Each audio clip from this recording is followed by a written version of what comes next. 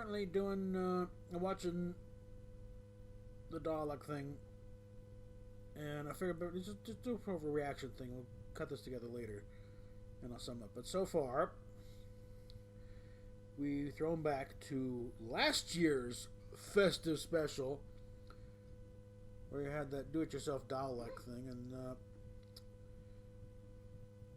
and then the usual suspects come in to clean up, assuming unit or some government thing, and they get this driver trying to take it back to this certain holding place, I guess.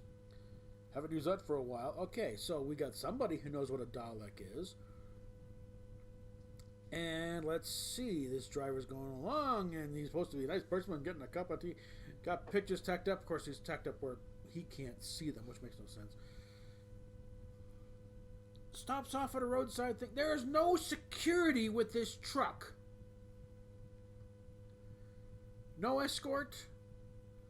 Nobody on board this thing to keep an eye on this thing. And also, let's just, jump ahead here to a bit. I've watched it. I've only gone a few minutes in where, but clearly we're also going to be led to believe that the doctors were too stupid to look inside this thing to make sure the symbiote was dead. Or everything, and the stuff was totally fine. And just couldn't clean that mess up herself. Just left it there. For people not quite qualified to deal with Daleks to come and clean up afterwards. And of course, since Mr. Big is the big baddie here, clearly he's got they know the route of the truck because they got this little roadside food truck there, so this guy can stop off and get his cup of tea. That's also presuming that he's going to stop off for a cup of tea, and for maybe it's not quite empty yet. Another truck down the line. You got another truck set up. They're assuming a lot here because he stops off. Yeah, gets his tea and collapses. Before he gets to the back of the. Why he's going to the back end of the truck, I don't know. He should be getting straight in and driving off. At which point the lady in the truck promptly closes up because drives the truck off herself, and of course, obviously now Mr. Big now has himself a Dalek, with big holes in it. And then we're meeting with the new technology minister. I'm blanking on the name exactly. I think I have an idea, but I don't want to get it wrong, so I'm not going to say. But she was the governor on UK on Law and Order UK. So right there, you kind of miss a reunion with her and Bradley Walsh, but because I don't think they're ever going to have any scenes together. Harriet Walter. Harriet, I know it's Walter, but I was about to say Jessica Walter, and someone else. So Harriet Walter, and they're apparently going to start, having a little thing of, yes, there's a new security drone. Okay. She's the technology minister, whatever the hell that is. And presumably she would be briefed on a few things. Like, and it hasn't been that long since the Daleks were out in the open trying to conquer the world. The general public might forget some of this stuff, but I think the technology minister would be briefed on this sort of thing. So just thinking this thing wheeling out in sort of a mock, riot, they're going to stage a little demonstration for this thing. You'd think, she'd come up with, isn't that a Dalek? Somebody, Because UNIT is not, even MI6 has all of UNIT's files. Somebody would be briefing somebody on okay, we have a few extraterrestrial threats we don't want the public knowing about, like Daleks, Cybermen, Centaurs, that sort of thing, Especially since, the last PM kind of did a dull dumbo and trashed Torchwood. That as an aside, I want to see a scene, if they ever bring back Torchwood, with the Queen giving a nice strong warning to the next Prime Minister as a reminder, Torchwood works for me. They work for the Crown. You move against them, it's high treason. They don't work for the government, they work for me. That's something that should have happened in Children of Earth, frankly. But that's another set. No. So we're up to the point where they do the demonstration, and they're talking, so you invented this? Yeah, and yeah, right, bull. Alright, so we're on with the video here. So we're playing to Jodie Whittaker's strengths, being lonely and mopey. And we see a weeping angel. Which, of course, violates the first rule, never refer to a better show than yours. Oh, a nude. What would a nude do to do this? Get in jail. And she starts reciting Harry Potter. And now we're back to Earth. There's Graham and Ryan walking down the street. Come to visit Yaz in her old Type 40 TARDIS. Yaz has been sleeping in the TARDIS, apparently in the corner of the control room. You got a TARDIS, who knows how many rooms you got in there, you dumb twat. Oh, meeting in the woods. So very locked stock and 2 smoking barrels.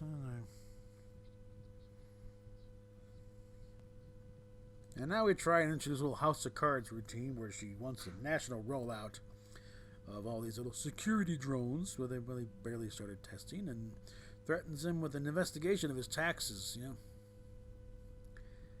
Yeah. How much would I bet she was identified as a Tory before they figured, no, we can't do that. We can't identify specifically, so just leave it vague. Yeah, sure. You know, you think that much time as he has to spend in that TARDIS there'd be an instruction manual somewhere? You know, maybe just, ask, how do you take off? Supposedly coded to our DNA, I think, simple flight manual. Meanwhile, back in prison. Oh, and now Captain Jack appears. He's rescuing her, and she's giving him crap. Oh, God. Okay. So, I have a burned out Dalek casing. So I'll give her credit for that. Okay, there was nothing in there, apparently, but still, leaving the casing was kind of stupid. This guy, on his own, managed to clone a Khaled. Alien DNA, which I think if it was cooked and rendered, it would be pretty compromised. He grew this thing in a back closet somewhere. It's like, excuse me? We haven't really nailed, cloning our own types here. We've gotten as far as a sheep, really. And even then, certain things happened because we cloned an adult sheep and therefore immediately started with adult problems, because the DNA apparently does shift a bit between, during puberty. So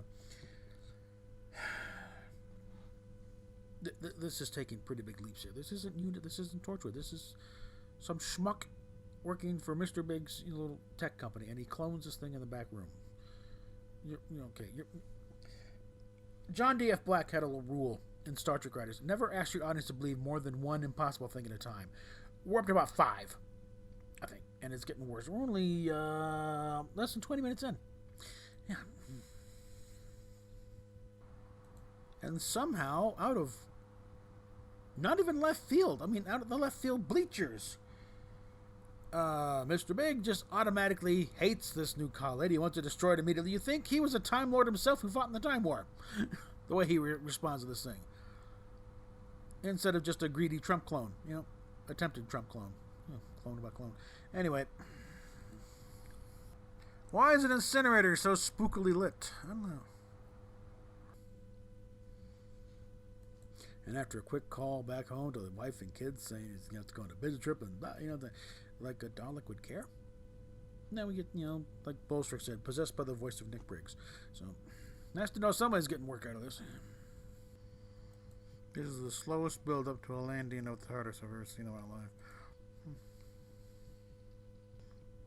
So now we're back to the old thing of the TARDIS can't steer straight. Now we're into Osaka, Japan with big dramatic graphics. Yeah. And Mr. Passive Black Guy with the squid on his back that nobody seems to notice. Somehow doesn't bulge under his jacket. Okay. Now we get the little cloning thing in Osaka. And of course Chibs, just threw the thing up there, and there's been no indication of any real time passage since the time the squid took him over. Until now suddenly there's a cloning farm in Osaka hundreds of feet tall, with lots of little pods with little bitty collets in them. And how did they do this without attracting any attention in so short a time? Again, because there's no indication that any time has passed between his phone call to his family saying he's on a business trip, and then suddenly there's this thing. It's like, what the hell? For all we know, he's only had this stupid thing for about a week. And of course, doctor's now back and got the fam together. Yeah. It takes him forever to bother to mention that, there's a Dalek loose and Roberts has got it. No. Okay, so we see, 3D printing a big old Dalek. Probably, I was about to say probably only the accurate thing in it, but actually, don't really do it by lasers. Is a thing that goes over, whatever. They should have done that. Instead of getting fancy. Let's start going back and forth. What about Osaka? I don't know if he's still in Osaka. Yes, you do. No, I don't. Just show him. Just show him something to pass. What about this? And going back and forth. There's nothing. What about, so much of this is back and forth patting. Who's confront him right off. But the creature's inside. Oh, that.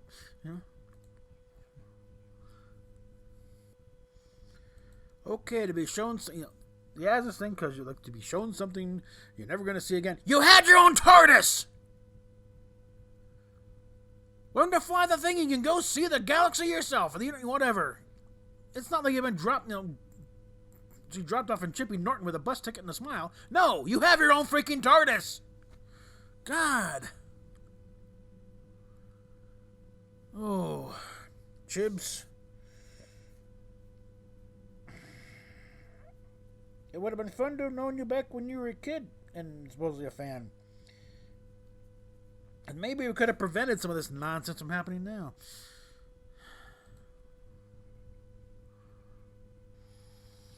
Oh, we brought back the squaring gun here. Yeah. Ooh, a diss on Jack. How brave and daring. Okay, so we found the clone farm. Maybe it's time to just blow the sucker up. You think of that maybe? I'm sure that squaring gun can do some real bad damage if you shoot the wrong circuit. I think she said security about 6-7 times in that one little speech. And of course, everyone paying attention to the old thing about, Ben Franklin supposedly saying anybody who sacrifices essential liberties for a little temporary security deserves neither. And since this was filmed a while ago, maybe it was before Boris took over. Who knows? You should be thankful you're not playing a drinking game that requires you to take a shot. Yeah, if I take a shot during such security, I'd probably be soused by now. Just within the matter of a minute and a half. Okay, we got a lot of the flowery language. Dalek means hate and everything else. How about just a simple explanation? They're, alien species bent on domination and suppression of all other life forms. Okay? Interplanetary wars, an entire time war was fought with the Dalek. Okay, skip the flowery language. This is a bottom line type of guy. Give him the bottom line. You just unleashed a creature that will kill every living thing on Earth. Congratulations. Yes, a little common sense from Jack Harkness. To sample the fluid, she's a cop, not a geneticist. What she's doing sampling. But he's got a better thing. We're gonna blow him up. That's where we're gonna stop. Finally, Oh, and a squid has gotten loose. Ew. How? We don't know. Really don't care because it's doing a facehugger routine on Jack. Now I'm sure John Berman had a ball playing with this thing, but yeah, he also has a ball getting naked in a drop of a hat. So,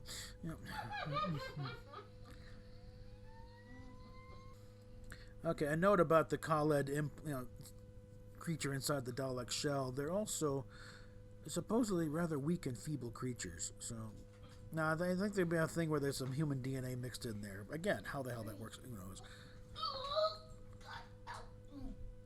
But,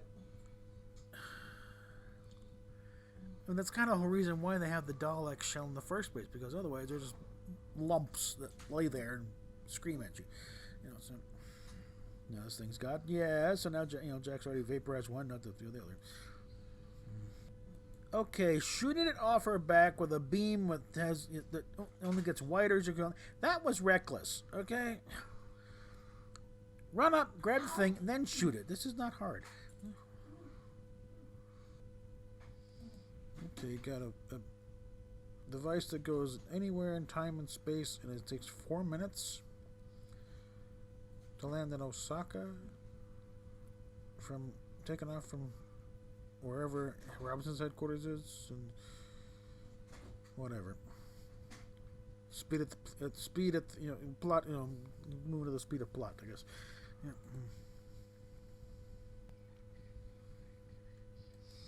Okay, so we get a lame ass answer to how did you build all this? All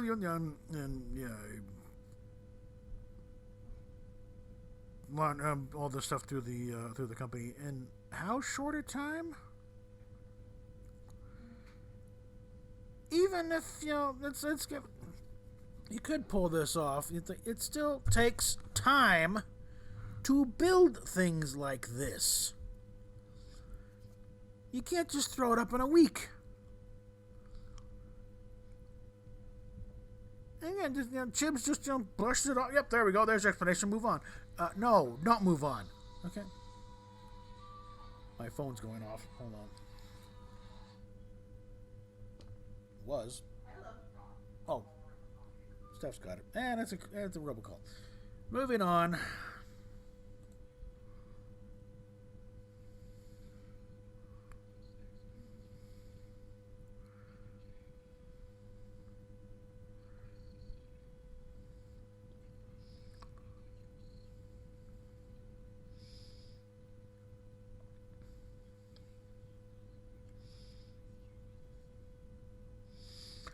Okay, there's a thing. Yeah, okay. Once the workers did their thing, they become useless, and they liquefied them and fed them to the Daleks. Okay, you think that wouldn't generate at least a couple of missing persons reports, bringing the cops around? You're gonna kill the cops too?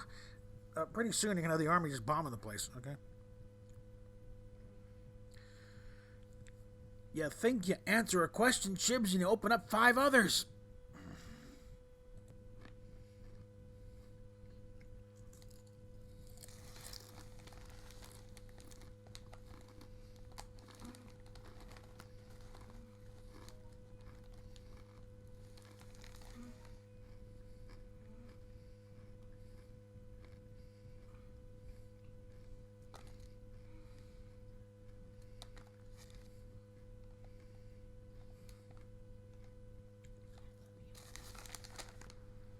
Now we feed proper Daleks. So, the Doctor has brought in an enforcement wing of the Daleks, mostly to weed out any impure Daleks, because they've had problems in the past, so that makes sense as far as that goes.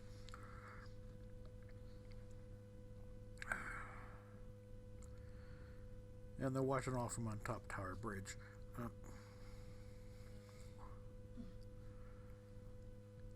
Now, when the head Daleks, the maximum extermination up. Knowing Daleks, that could just easily been just flash fry the entire planet and be done with it. But thankfully, these guys are a little more hands-on. I want to go after the actual Daleks, and not necessarily every life form, which is actually their normally stated goal. Is all life forms must submit to the Daleks. But anyway, now we're gonna watch on Tower Bridge as we see swarms of real Daleks blow up the fake ones. And he's going on about PR disasters and want to make an insurance claim. It's like, Jibs, you are a moron. Did you think this guy would be this dumb in the face of all this carnage? I think this whole thing with the Daleks on Tower Bridge is supposed to be trying to mimic the scene they did way back when in the 60s, the Daleks strolling across Westminster Bridge, with Parliament in the background. But, again, you don't want to bring up memories of a far better story than yours, Chibs.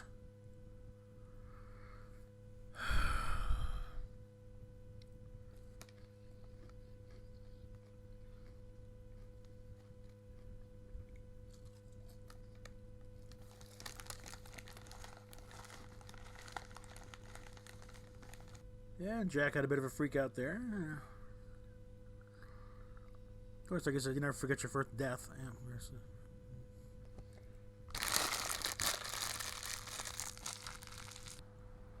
what have I let you know before? How about every episode last season? And then the month 4. Yes, this is a terrible rescue, Jack. Hit the damn button already.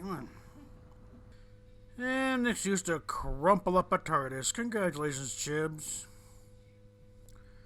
Graham goes to meet the doctor, and Ryan just sits there. Well, now he gets up.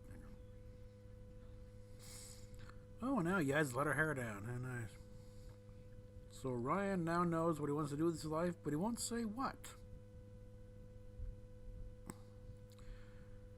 Okay.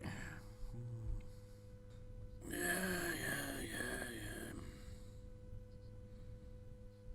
Yeah, this is getting all wet and goopy for the doctor. How nice. Not the first one, not the last one. Yeah, we can't have Bradley Walsh stick with the cast because he'd be a constant reminder that he should be playing the doctor, not Jodie Whittaker. We can't have that. No.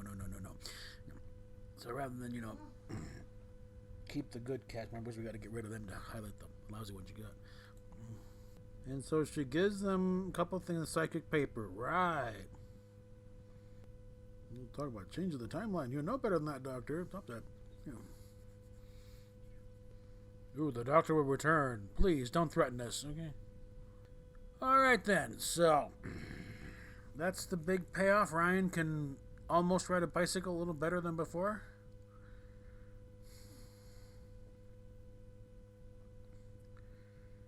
Yep. Not really worth it, okay? But the on the road thing, we got to see some real Daleks instead of Chibnall's little redressed idea of neon Daleks. And so, please. Slightly hackneyed storylines. A lot of running up and down corridors and sort of thing. It's enough maybe innovative, yeah.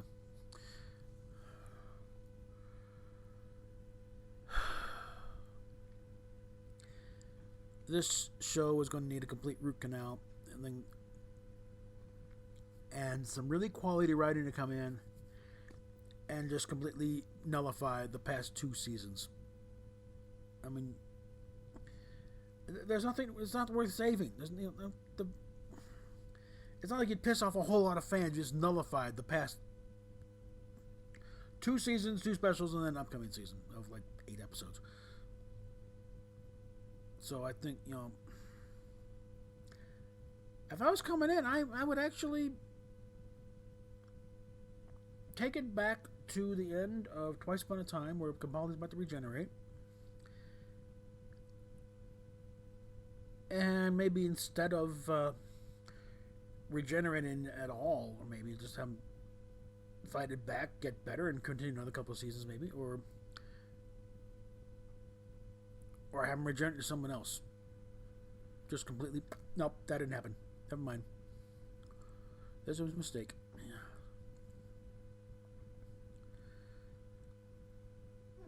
Because, yeah, it's like, of the 3 major fandoms, Star Wars, Star Trek, and Doctor Who. Star Wars is correcting. Star Trek is easily explained, but as an alternate timeline didn't count. The real stuff is still behind the wall. Doctor Who's the worst shape, because all this stuff is supposedly in continuity. So it would take a major writing effort to correct this, and basically having to divorce itself from no, did not happen. Ignore it. We're not even going to sell the DVDs anymore. And the BBC has done this stuff, but they yanked the 2 Doctors circulation because it had a video which featured a little bit of Jimmy Savile. Nothing to do with, Top of the Pops or anything went on with that. No, it was a show he had called Jim Will Fix It, and they had a Doctor Who sketch on there. But the thing is, and then UK can pick it up, Jimmy Savile was kind of the face of a major pedophilia scam ring going on within the BBC. A lot of people got caught up in that. Some people wrongly got caught up in that.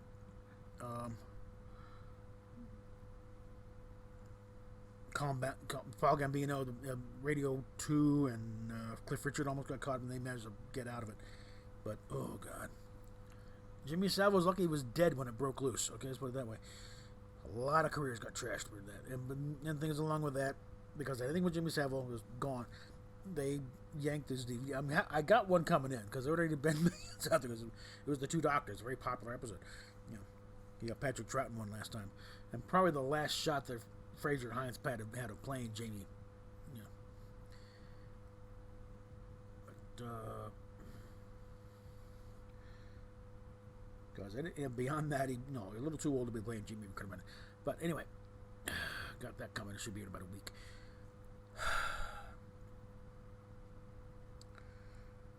But this one, no, it's not worth it. So yeah.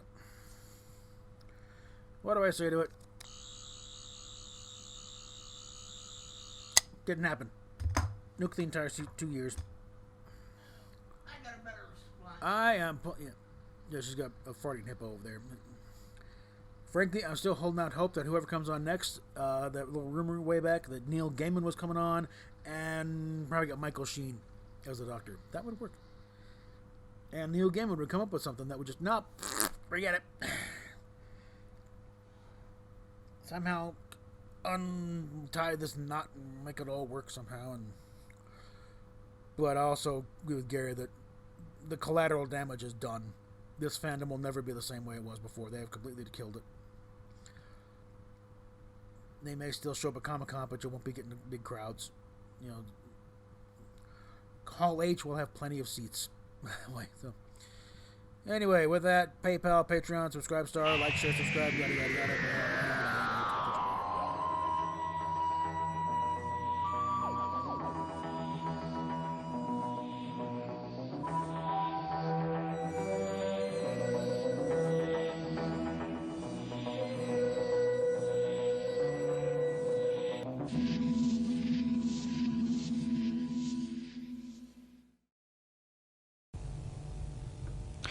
Now the time's just coming up to 11.5 minutes past midnight, and it's time for us to close down for just a few hours until breakfast time. And if you're not going to sleep through the early hours, then Radio 2 is there all night, as always. But for now, from me, Malcolm Einan, and from all of us here on BBC One, a very good night. Good night.